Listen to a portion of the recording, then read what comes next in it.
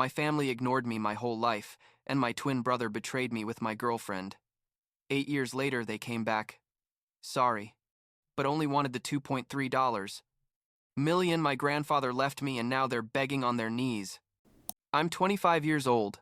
I work as an electrical engineer, and what I'm about to tell you is probably the craziest story of my life.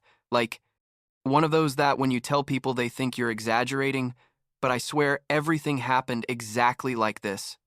Basically, my family sidelined me my entire life. They betrayed me in the worst possible way when I was 18. We didn't speak for 8 years. And when they finally tried to reconnect, it turned out it was all about money. Yeah, you read that right. About a multi-million-dollar inheritance I didn't even know existed. But before I get to that part, I need you to understand what my life was like before this whole mess, because if not, none of this is going to make sense. I grew up being the weird kid in a family obsessed with sports. You know, one of those families where everyone's an athlete and the weekend revolves around games and competitions. My parents, Susan and James, were college athletes. My older siblings, Christopher and Catherine, played soccer and basketball, and my twin brother Tyler was the star of the high school football team. And me, well, I practiced archery. Yes, archery. Like I was some medieval movie character or something. Don't get me wrong. I was good. Really good, actually. I competed at the state level and won several important tournaments. But for my family, that didn't count as a real sport because there were no balls involved or people screaming from the stands. I'll give you a fact that perfectly sums up my childhood. My parents attended exactly one of my 20 archery competitions. One. I remember that day because my mom was on her phone the whole time, and my dad left early because Tyler had practice or something. But Tyler's competitions? Everyone was there, with their custom t-shirts and their signs, screaming like it was the Super Bowl. Christopher, the successful corporate lawyer, Catherine, the dedicated nurse, Tyler, the football star, and then there was me, the one who preferred to spend time alone with my bow and arrows. I guess from a young age, I learned that in that family I was invisible, or worse, a disappointment. The thing is that, despite all that, I tried to fit in, you know? I got good grades, helped around the house, didn't get into trouble. But none of that mattered because I wasn't what they wanted me to be. Looking back, I should have seen the signs that things were going to end badly. But when you're a teenager and you just want your parents to pay attention to you, well, you don't notice those things until it's too late. When I was 15, I started dating Nicole, a girl from my math class who was sweet and pretty and who seemed to be the only person besides my Aunt Eleanor who actually listened when I talked. Eleanor was my dad's older sister, a woman who had gone years without speaking to the family for reasons I never fully understood as a kid. Something about the family treating her badly or judging her for her life choices. She lived in another city, but we kept in touch by email and phone, and she was like my emotional escape, the only adult in my life who made me feel it was okay to be different. Nicole and I were together for 3 years, from 15 to 18. And honestly, I thought she was my person, you know, the one you were going to be with forever. We supported each other. She came to my competitions when my parents didn't. I helped her with her chemistry homework. It was one of those teenage relationships that feel huge and important when you're living them. My family barely knew her because frankly they weren't very interested in my life. But Tyler did know her because we lived in the same house, obviously, and sometimes she would come over to study or just hang out. And this is where everything goes to hell. I was 18. In my senior year of high school, applying to universities to study electrical engineering. Specifically, I wanted to go to Miami because it was far from home and I needed that space. One day I got home early, like 3 in, on the afternoon when I wasn't supposed to arrive until 6 because I had archery training, but they'd canceled it because the coach was sick. I enter the house and I hear weird noises coming from Tyler's room. And my first thought was that he was watching TV or playing video games too loud. But something felt off. I don't know, like an intuition or something. I went up the stairs, trying not to make noise. I don't even know why. And when I got to the second floor hallway, the door to his room was slightly open, and what I saw literally left me frozen in place. Tyler was with Nicole, my girlfriend. My twin brother was sleeping with my girlfriend in his bed, with the door unlocked, and like they didn't care if someone might arrive. I stood there for what was probably only seconds, but felt like an eternity, processing what I was seeing. And then I exploded. I threw the door open, screaming I don't even know what things, probably just curse words, and Nicole started crying and trying to get dressed while Tyler was putting on his pants like it was nothing, with that spoiled kid attitude he'd always had. I asked him how long this had been going on, and Nicole couldn't even speak from crying. But Tyler, my own twin brother, the one who was supposed to have that special connection with me because we share the same DNA and were born on the same day, told me with the coldest face you can imagine that they'd been seeing each other behind my back for like 3 months. 3 months. A quarter of that last year of high school. They had been doing this while I thought everything was fine. I don't remember exactly what else was said in that moment. I was so furious that everything becomes blurry. But I do remember that at some point, Tyler said something like, Nicole preferred to be with someone who actually mattered in the family, or something equally cruel. And that's when I hit him. I gave him a punch straight to the face that knocked him to the floor, and then I went at him and hit him like 3 more times before Nicole pulled me off screaming to stop. Tyler had a bleeding nose and his eye was swelling up, and I had split and bleeding knuckles too. I went downstairs, grabbed my keys, and left the house with no specific destination, driving around the city not knowing where to go, crying from rage and pain because it wasn't just that my girlfriend had cheated on me, it was that my own brother, my twin, had been the one who did it, and it had been for months without me suspecting anything.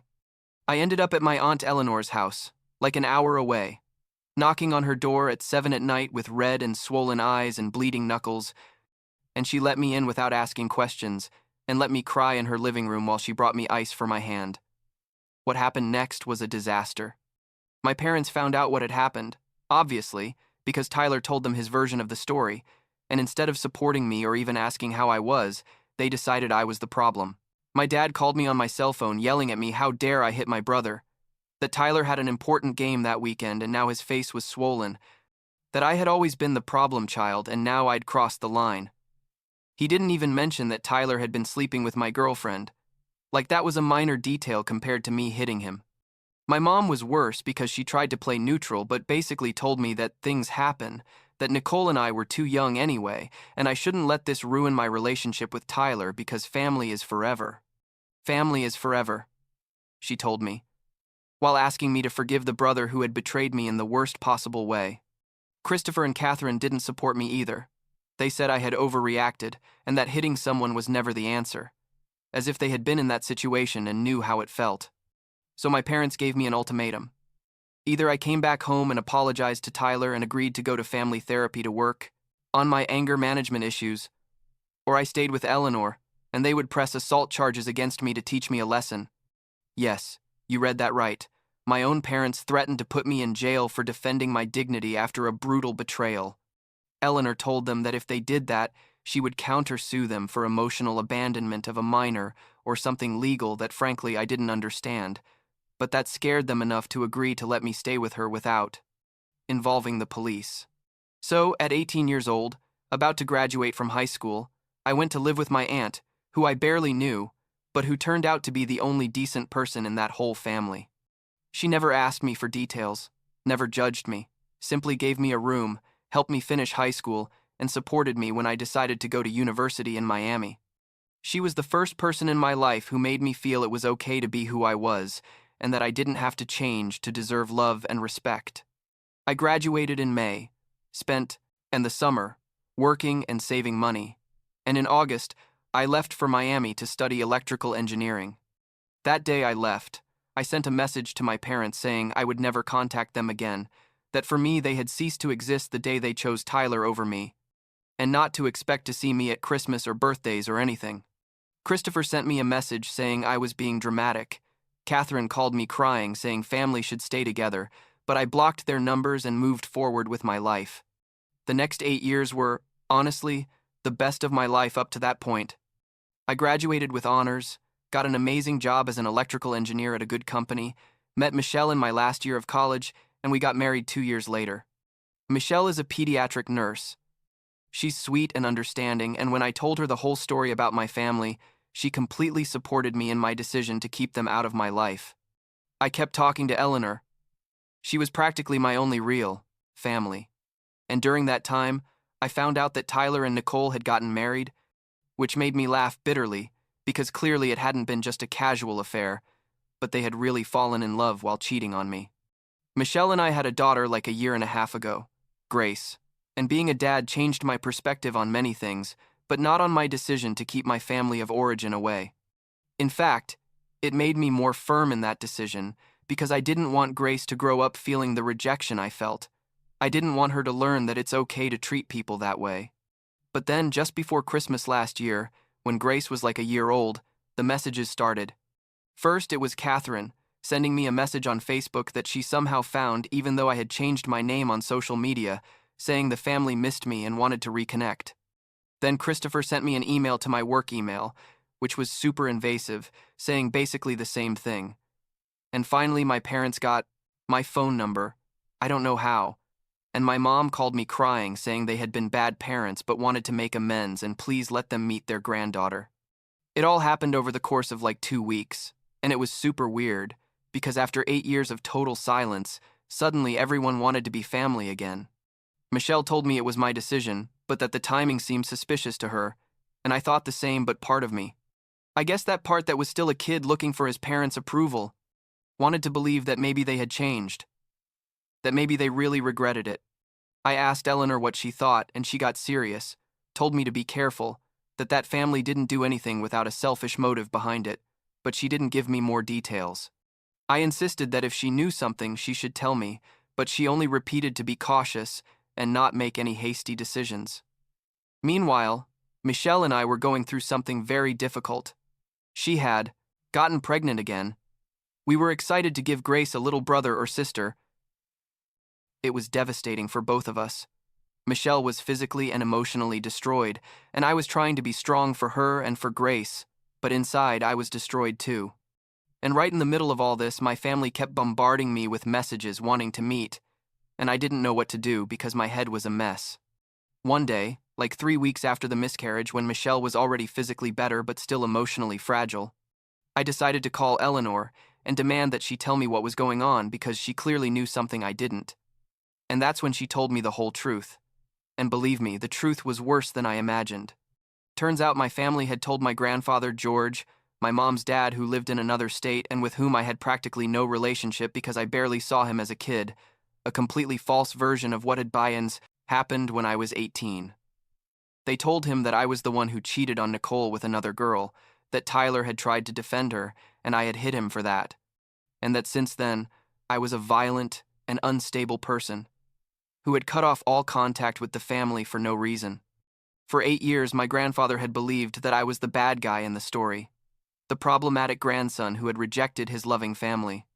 But a few months ago, according to Eleanor, my grandfather had been talking to an old family friend who knew the real truth of what had happened, and that friend had told him that no, that things hadn't been like that Tyler had been the one who cheated on me by sleeping with my girlfriend, and that the family had abandoned me when I needed them. My grandfather was furious when he found out the truth. Apparently, he's a very traditional man with very strong values about family and honesty, and he confronted them all, demanding explanations. My family tried to defend, themselves saying it was complicated, that there were 2 versions of the story, but my grandfather didn't believe them at all and told them that either they apologized to me and fixed things, or he was going to change his will and take them all out of the inheritance. And that's when everything made sense, you know? They didn't want to reconnect because they missed me, or because they'd had an epiphany about being better people. They wanted to reconnect because my grandfather was threatening to take away their money.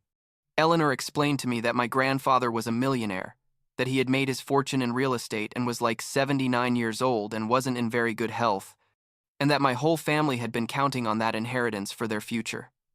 Christopher and Catherine had debts. My parents wanted to retire soon. Tyler and Nicole needed money for I don't know what. And everyone was in panic thinking they were going to lose millions of dollars because of the lies they had told for years. I felt physically sick when Eleanor told me all this. It wasn't that I was surprised that my family was selfish. I already knew that. But the level of manipulation and the fact that they had lied so blatantly about me for so long made me realize that never, not even as a child, had any of them really cared about me. I was just a nuisance who had finally found a way to leave, and they had taken advantage of my absence to paint me as the villain. I asked Eleanor why my grandfather hadn't contacted me directly if he knew the truth, and she told me that he wanted to give the family the chance to do the right thing on their own first, but that if they didn't do it soon, he was going to reach out to me personally. And sure enough, like 2 days after that conversation, I received a call from an unknown number, and it was my grandfather, George. I'll never forget that call, because basically he apologized to me, told me he had been a fool for believing his daughters and grandchildren's lies without investigating further, that he deeply regretted not being there for me when I needed it, and that he wanted to really get to know me, meet my wife and my daughter. We talked for like 2 hours. I told him my version of everything that had happened. I told him about my life in the last 8 years, about my career, about Michelle, about Grace.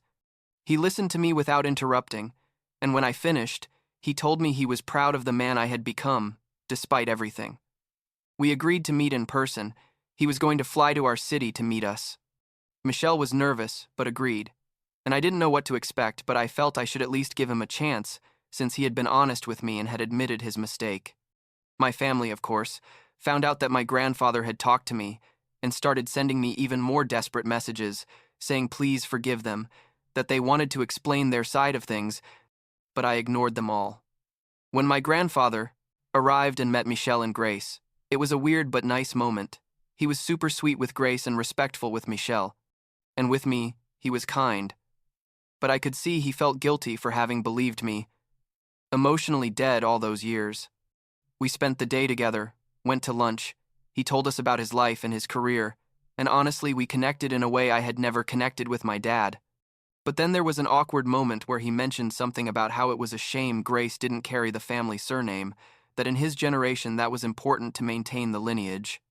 I got a little tense because Michelle and I had decided that our children would carry her surname because, frankly, I didn't want them to carry the surname of a family that had treated me like garbage. And I explained it to my grandfather just like that, without filters. He was quiet for a moment, and then said he understood perfectly, that it had been stupid of him to mention something like that considering the circumstances, and that the surname didn't define who someone was, but their actions and character. He apologized and we continued with the conversation, but I appreciated that he had accepted my explanation without arguing or trying to convince me to change my mind. At the end of the day, when he was saying goodbye, he told me he had something important to tell me. He explained that he had changed his will, that he had removed my entire family from the main inheritance and had put me as the primary beneficiary of his estate, which included properties, investments, and cash for a total of like $2.3 million. I was literally speechless.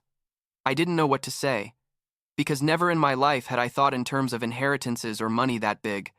I told him I didn't want his money, that I was doing fine financially and didn't need that. But he stopped me and told me it wasn't about need but about justice, that he wanted his money to go to someone who really valued family and honesty. And that person was me, not the others who only saw him as a bank. He told me he was also going to leave something to Eleanor for having taken care of me when no one else did, and that the rest of the family would receive symbolic amounts just so they couldn't claim he had completely forgotten them in the will. Obviously, my family found out about this because my grandfather confronted them directly and told them what he had done. And that's when the real craziness started. Christopher called me yelling that I had manipulated a vulnerable old man to steal their inheritance. Catherine sent me messages saying I was a monster who was destroying the family out of revenge. My parents told me I was an ungrateful and selfish son. Tyler, the very cynical one, sent me a message saying all this was my fault for not being able to get over something that happened 8 years ago. But the best part, and when I say best, I mean the most absurd and ridiculous, was when Christopher and Tyler, I decided to sue me legally, claiming that I didn't deserve the inheritance because my children didn't carry the family surname, and that showed I had rejected my family identity. Yes, they used exactly the comment my grandfather had made about the surname as the basis for a lawsuit, as if that was something that had any legal weight. My grandfather hired the best lawyers he could find, and they basically told my brother's lawyers that their case was garbage and had no legal basis. The lawsuit lasted like 6 months, during which my family kept harassing me with messages and calls, some begging me to forgive them and convince Grandpa to change the will back, others insulting me and telling me I was a horrible person. Michelle was pregnant again at that time. We'd had the blessing of another successful pregnancy after the miscarriage, and all this stress was the last thing we needed, but I was determined not to let them intimidate me. The trial was a disaster for them. The judge basically told them that a will is each person's right to decide what to do with their property, and that the fact that I had decided my children would carry my wife's surname had absolutely nothing to do with my ability to receive an inheritance. My grandfather's lawyers presented evidence of all the lies my family had told. The emails and messages where they admitted they only wanted to reconnect for the money, and the judge ruled completely in our favor and also ordered my family to pay our legal costs. When the ruling came out, Christopher and Tyler tried to call me crying and begging forgiveness again, saying they had made a terrible mistake and please talk to Grandpa to reconsider. I hung up on them. My parents showed up at my house unannounced. Michelle almost called the police, and when I finally opened the door, I just told them to leave and never come back, or I would call the authorities. I haven't spoken to any of them since that day. My grandfather passed away like 3 months ago. Honestly, his health had deteriorated rapidly in the last year, but before he died, he left me a letter that I received along with the will. In the letter, he told me he regretted not having known me sooner, that I was exactly the type of man he would have wanted all his grandchildren to be, that he was proud of how I had built my life despite everything, and that he hoped I would use the money to give my family, Michelle, and my children everything I never had as a kid. I started crying when I read that letter, because it was the first time in my life that a blood family member told me he was proud of me. The will was officially read like 2 months ago, and sure enough, everything was as my grandfather had told me. $2.3 million for me, $500,000 for Eleanor, and amounts of $10,000 for each of the others, just to comply with legal formalities. Christopher, Catherine, Tyler, Nicole, and my parents each received $10,000 from a fortune of several million, and believe me, they didn't take it well. Since then, I've received dozens of messages from different family members with sad stories about their debts, their financial problems, their urgent needs. Tyler wrote me saying Nicole is pregnant and they need money for a house. Christopher told me he's about to lose his job. Catherine told me she has medical debts. All of them with their little hands out expecting me. The son they ignored all their lives, the brother they betrayed, to rescue them from their problems. I've responded to all of them the same thing. No. That when they finally tried to contact me, it was only because it was convenient for them, not because they really cared about me. That their problems are their responsibility, not mine, and that I'm not going to give them a single cent of the money my grandfather left me, specifically because he wanted it to be for me and my family. Michelle gave birth a month ago. We had another boy, a son who carries Michelle's surname just like Grace, and we're using part of the inheritance money to buy a bigger house and secure our children's college funds. The rest we're investing responsibly. And we're going to donate a portion to charitable organizations that help young people in difficult family situations. Because I know exactly what it feels like to be in that position and not have anyone. The last time Christopher called me, like 2 weeks ago, he told me that someday I was going to regret having turned my back on my family, that blood is more important than money, that we all make mistakes and deserve second chances. I told him that he had his second chance when my grandfather gave them the opportunity to fix things honestly, and that they chose instead to lie and manipulate until the end. That for me, they stopped being family a long time ago, and that the money only confirmed what I already knew, that they never saw me as part of them, except when it was convenient. I hung up the phone and blocked his number, just like I've blocked everyone else's. Michelle asked me if I ever feel bad about how things ended, if I ever think about forgiving them. I told her no. Honestly, no. Because forgiveness requires genuine remorse, and they're only sorry they lost the money, not about how they treated me. And I'm at peace with that, I guess. My grandfather gave me more than money. He gave me validation. He showed me that I wasn't crazy for feeling rejected all my life, that everything I felt was real and justified. Grace is learning to talk, and the other day she said, "Daddy," very clearly for the first time. My newborn son is healthy and strong. Michelle and I are better than ever. Eleanor comes to visit us often, and she's the grandmother my kids really know and love. That's my family now, the people who chose to be in my life, not out of obligation or for money, but because they genuinely care. And you, Know what? It's more than enough.